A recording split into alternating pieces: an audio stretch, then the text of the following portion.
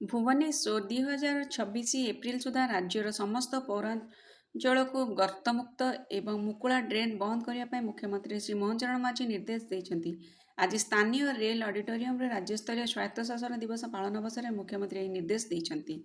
ସ୍ୱାୟତ୍ତ ଶାସନ ଦିବସରେ ଅବସରରେ ରାଜ୍ୟବାସୀଙ୍କୁ ଶୁଭେଚ୍ଛା ଜଣାଇ ମୁଖ୍ୟମନ୍ତ୍ରୀ କହିଥିଲେ ଯେ 2036ରେ ଆମେ ସମୃଦ୍ଧ ଓଡ଼ିଶା ଗଠନର ସ୍ୱପ୍ନ ଦେଖିଛୁ। ରାଜ୍ୟର ସହରାଞ୍ଚଳଗୁଡ଼ିକ ହେଉଛି ବିକାଶର ପ୍ରତିଛବି। ତେଣୁ ଯଦି ସହରାଞ୍ଚଳଗୁଡ଼ିକର ରାସ୍ତାଘାଟ ପରିଷ୍କାର ପରିଚ୍ଛନ୍ନ ନ ରୁହେ, ଗର୍ତ୍ତମୁକ୍ତ ନ ରହେ, ତେବେ ଆମର ଲକ୍ଷ୍ୟ ଅପୂରଣୀୟ ରହିବ। ତେଣୁ ଆସନ୍ତା ଏପ୍ରିଲ ମାସ ମଧ୍ୟରେ ରାଜ୍ୟର ସମସ୍ତ ପୌରାଞ୍ଚଳର ରାସ୍ତାଘାଟଗୁଡ଼ିକ ଯେପରି ଗର୍ତ୍ତମୁକ୍ତ ହେବ, ତାକୁ ସୁନିଶ୍ଚିତ କରିବାକୁ ମୁଖ୍ୟମନ୍ତ୍ରୀ ଗୃହ ନିର୍ମାଣ ଓ ନଗର ଉନ୍ନୟନ ବିଭାଗକୁ ନିର୍ଦ୍ଦେଶ ଦେଇଥିଲେ। ମୁଖ୍ୟମନ୍ତ୍ରୀ ଏହା ମଧ୍ୟ କହିଥିଲେ ଯେ ଆସନ୍ତା ବର୍ଷ ଏପ୍ରିଲରେ ଯେଉଁ ଜନଶୁଣାଣି ହେବ, ସେଥିରେ ଯେପରି ରାସ୍ତାଘାଟ ପଟହୋଲରେ ଭର୍ତ୍ତି ଥିବା ଅଭିଯୋଗ ନ ଆସେ। 2026 ଏପ୍ରିଲ ଶେଷ ସୁଦ୍ଧା ସମସ୍ତ ପୌରାଞ୍ଚଳ ନିଜେ ନିଜେ ସାର୍ଟିଫିକେଟ୍ ଦେବେ ଯେ ତାଙ୍କ ଅଞ୍ଚଳ ପଟହୋଲ ମୁକ୍ତ ହୋଇସାରିଛି। ମୁଖ୍ୟମନ୍ତ୍ରୀ କହିଥିଲେ ଯେ ଶାସନ ବ୍ୟବସ୍ଥାକୁ ସମାଜର ଶେଷ ସ୍ତରକୁ ଆଣିବା ପାଇଁ ଶେଷ ଧାଡ଼ିରେ ଥିବା ଲୋକଙ୍କୁ ଗୁଣାତ୍ମକ ସେବା ଯୋଗାଇ ଦେବା କ୍ଷେତ୍ରରେ ସ୍ୱାୟତ୍ତ ଶାସନ ବା ଲୋକାଲ ସେଲ୍ଫ ଗଭର୍ଣ୍ଣମେଣ୍ଟ ଏକ ମହତ୍ତ୍ୱପୂର୍ଣ୍ଣ ବ୍ୟବସ୍ଥା। ଲର୍ଡ ରିପନ୍ 1882ରେ ଏହାକୁ ଆରମ୍ଭ କରିଥିଲେ ମଧ୍ୟ 90 ଦଶକରେ ଏହା ସାମ୍ବିଧାନିକ ମାନ୍ୟତା ଲାଭ କଲା। ମହାତ୍ମା ଗାନ୍ଧୀ ମଧ୍ୟ ଗ୍ରାମ୍ୟ ସ୍ୱରାଜ୍ୟ ଉପରେ ଗୁରୁତ୍ୱ ଦେଇ ଆସିଥିଲେ।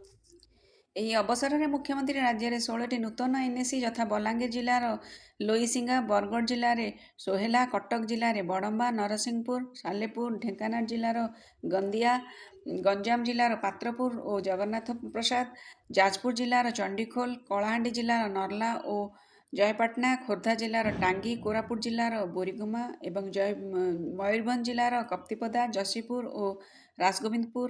ସେହିଭଳି 7ଟି ନୂତନ ମ୍ୟୁନିସିପାଲିଟି ଯଥା ମୟୂରଭଞ୍ଜ ଜିଲ୍ଲାର କରଞ୍ଜିଆ, ବୌଦ୍ଧ ଜିଲ୍ଲାର ବୌଦ୍ଧ, ଗଞ୍ଜାମ ଜିଲ୍ଲାର ଭଞ୍ଜନଗର, ଆସ୍କା, ଛତ୍ରପୁର, କବିସୂର୍ଯ୍ୟନଗର ଏବଂ ବୋଲସରା ମ୍ୟୁନିସିପାଲିଟି ପ୍ରତିଷ୍ଠା କରାଯିବାର ଘୋଷଣା କରିଥିଲେ। ସୂଚନାଯୋଗ୍ୟ ଯେ ନିକଟରେ ମୁଖ୍ୟମନ୍ତ୍ରୀ 21ଟି ଏନ୍ଏସି ସୃଷ୍ଟି ସମ୍ପର୍କରେ ଘୋଷଣା କରିଥିଲେ। ତନ୍ମଧ୍ୟରୁ 12ଟି ଏନ୍ଏସି ଗଠିତ ହେବା ସମ୍ପର୍କରେ ବିଜ୍ଞପ୍ତି ପ୍ରକାଶ ପାଇଛି। ଆଜି ମୁଖ୍ୟମନ୍ତ୍ରୀଙ୍କ ଘୋଷଣା ପରେ ଏହି 12ଟି ନୂତନ ବିଜ୍ଞପିତ ଏନ୍ଏସି ସହିତ ଆଉ 16ଟି ନୂଆ ଏନ୍ଏସି ସୃଷ୍ଟି ହେବ।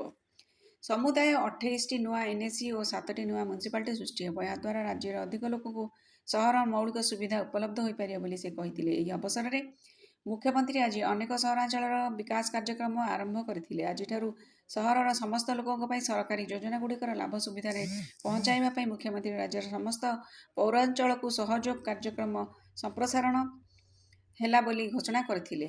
ସୂଚନାଯୋଗ୍ୟ ଯେ ସହରର ଲୋକଙ୍କ ପାଇଁ ସରକାରୀ ଯୋଜନାଗୁଡ଼ିକର ଲାଭ ସୁବିଧାରେ ପହଞ୍ଚାଇବା ପାଇଁ ମେ ମାସରେ ଗୃହ ନିର୍ମାଣ ଓ ନଗର ଉନ୍ନୟନ ବିଭାଗ ପକ୍ଷରୁ 44ଟି ପୌରାଞ୍ଚଳରେ ସହଯୋଗ କାର୍ଯ୍ୟକ୍ରମ ଆରମ୍ଭ କରାଯାଇଥିଲା। ଏଥିରେ ଟାଟା ଷ୍ଟିଲ୍ ଫାଉଣ୍ଡେସନ ସହଯୋଗ ଯୋଗାଇ ଦେଉଛି।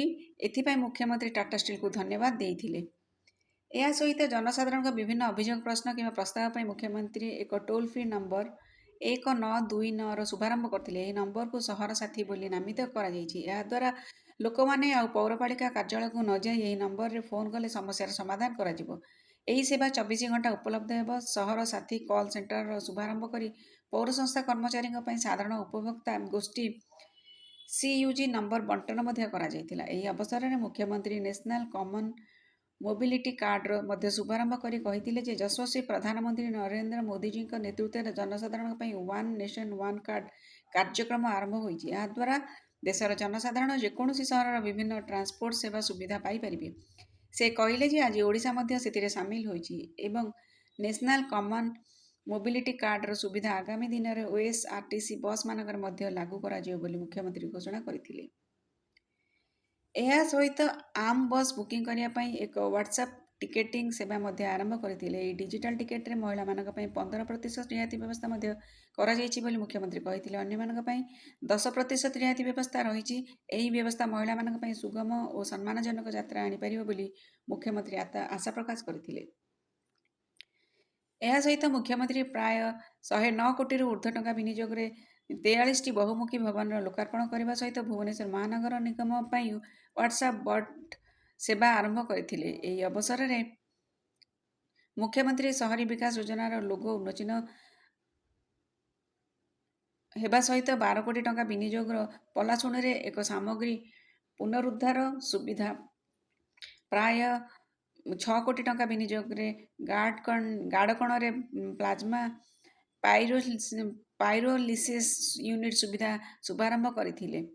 ଏହା ସହିତ ମୁଖ୍ୟମନ୍ତ୍ରୀ 30 କୋଟି ଟଙ୍କା ବିନିଯୋଗରେ 6ଟି ଗୋଶାଳା ନିର୍ମାଣ ପାଇଁ ଭିତ୍ତିପ୍ରସ୍ତର ମଧ୍ୟ ରଖିଥିଲେ। ଏହି 4ଟି କାର୍ଯ୍ୟକ୍ରମ ପାଇଁ ସମୁଦାୟ 157 କୋଟି ଟଙ୍କା ବିନିଯୋଗ କରାଯାଇଥିଲା। ଏହି ଅବସରରେ ମୁଖ୍ୟମନ୍ତ୍ରୀ କେତେକ ହିତାଧିକାରୀଙ୍କୁ ସୁଲଭ ବାସଗୃହ, ପ୍ରଧାନମନ୍ତ୍ରୀଙ୍କ ଆବାସ ମଧ୍ୟ ବଣ୍ଟନ କରିଥିଲେ। ବିଏମ୍ସି ପକ୍ଷରୁ 310ଟି ଏବଂ ବିଡିଏ ପକ୍ଷରୁ 38ଟି ଘର ଅର୍ଥନୈତିକ ଦୁର୍ବଳ ଶ୍ରେଣୀର ଲୋକଙ୍କୁ ପ୍ରଦାନ କରାଯାଇଥିଲା। ଏହା ସହିତ ପ୍ରଧାନମନ୍ତ୍ରୀ ଆବାସ ଯୋଜନା 2.0ରେ ବିଭିନ୍ନ ବସ୍ତିରେ 46ଟି ପରିବାରକୁ ମଧ୍ୟ ଗୃହ ଆବଣ୍ଟିତ କରାଯାଇଥିଲା। ସମୁଦାୟ 394ଟି ଗୃହ ଆବଣ୍ଟିତ କରାଯାଇଥିଲା। ସ୍ୱଚ୍ଛ ସର୍ବେକ୍ଷଣରେ ପୁରସ୍କୃତ ହୋଇଥିବା ପୌରପାଳିକା ଭୁବନେଶ୍ୱର ମହାନଗର ନିଗମ, ଆସ୍କା ଓ ଚିକିଟି ପୌରାଞ୍ଚଳକୁ ସମ୍ବର୍ଦ୍ଧିତ କରାଯାଇଥିଲା। ଭଲ କାମ କରୁଥିବା ଜଳସାଥୀ, ସ୍ୱଚ୍ଛସାଥୀ, ପରିମଳକର୍ମୀ ଓ ଶ୍ରେଷ୍ଠ ପୌର ସଂସ୍ଥାକୁ ପୁରସ୍କାର ପ୍ରଦାନ କରାଯାଇଥିଲା। ଏଥିସହିତ ସହରାଞ୍ଚଳର ରାଜସ୍ୱ ସଂଗ୍ରହ କ୍ଷେତ୍ରରେ ଉତ୍କର୍ଷ ହାସଲ କରିଥିବା ଧାମନଗର, ରେମୁଣା, କୋରାପୁଟ ପୌରାଞ୍ଚଳକୁ 3 କୋଟି ଟଙ୍କା ଲେଖାଏଁ ଏବଂ ସ୍ୱଚ୍ଛ ସର୍ବେକ୍ଷଣରେ ଜାତୀୟ ସ୍ତରରେ ଉତ୍କର୍ଷ ହାସଲ କରିଥିବା ଆସ୍କା, ଚିକିଟି ଏବଂ ଭୁବନେଶ୍ୱର ମହାନଗର ନିଗମକୁ 2 କୋଟି ଟଙ୍କାର ଚେକ୍ ପ୍ରଦାନ କରାଯାଇଥିଲା। କାର୍ଯ୍ୟକ୍ରମରେ ଯୋଗଦେଇ ଗୃହ ନିର୍ମାଣ ଓ ନଗର ଉନ୍ନୟନ ମନ୍ତ୍ରୀ ଡକ୍ଟର କୃଷ୍ଣଚନ୍ଦ୍ର ମହାପାତ୍ର କହିଲେ ଯେ ସମସ୍ତ ସ୍ଥାନୀୟ ଲୋକପ୍ରତିନିଧିମାନେ ଯେପରି ସ୍ୱାୟତ୍ତ ଶାସନ ବ୍ୟବସ୍ଥା କିପରି ସଶକ୍ତ ହେବ, ସମସ୍ତ ନାଗରିକଙ୍କୁ ସୁବିଧାରେ ଗୁଣାତ୍ମକ ସେବା ମିଳିପାରିବ ଏବଂ ସହରାଞ୍ଚଳରେ ଭିତ୍ତିଭୂମି ଆଧୁନିକ ଆବଶ୍ୟକତା ନେଇ ଉନ୍ନତମାନର ହେବ, ସେ ଦିଗରେ କାମ କରିବାକୁ ପରାମର୍ଶ ଦେଇଥିଲେ। ରାଜ୍ୟରେ ଲୋକମାନେ ଅଧିକ ସୁବିଧା ଓ ସୁଯୋଗର ଆକାଂକ୍ଷା ନେଇ ସହରକୁ ଆସୁଛନ୍ତି। ସହରର କଳେବର ବୃଦ୍ଧି ହେଉଛି। ଲୋକପ୍ରିୟ ମୁଖ୍ୟମନ୍ତ୍ରୀ ଅନେକ ନୂଆ ସହରାଞ୍ଚଳ ମଧ୍ୟ ଘୋଷଣା କରିଛନ୍ତି। ତେବେ ଲୋକଙ୍କୁ ଗୁଣାତ୍ମକ ସେବା ଯୋଗାଇ ପାରିଲେ ଏହି ବ୍ୟବସ୍ଥା ସାର୍ଥକ ହେବ ବୋଲି ସେ କହିଥିଲେ। ଏହି କାର୍ଯ୍ୟକ୍ରମରେ ଏକାମ୍ର ଭୁବନେଶ୍ୱର ବିଧାୟକ ଶ୍ରୀ ବାବୁ ସିଂ, ଭୁବନେଶ୍ୱର ମେୟର ଶ୍ରୀମତୀ ସୁଲୋଚନା ଦାସ ଉପସ୍ଥିତ ଥିଲେ। ଗୃହ ନିର୍ମାଣ ଓ ନଗର ଉନ୍ନୟନ ବିଭାଗର ପ୍ରମୁଖ ଶାସନ ସଚିବ ଶ୍ରୀମତୀ ଉଷା ପାଢ଼ୀ ସ୍ୱାଗତ ଭାଷଣ ଦେଇଥିଲେ ଏବଂ ପୌର ପ୍ରଶାସନ ନିର୍ଦ୍ଦେଶକ ଶ୍ରୀ ଅରବିନ୍ଦ ଡାକୁଆ ଧନ୍ୟବାଦ ଅର୍ପଣ କରିଥିଲେ। ସମୃଦ୍ଧ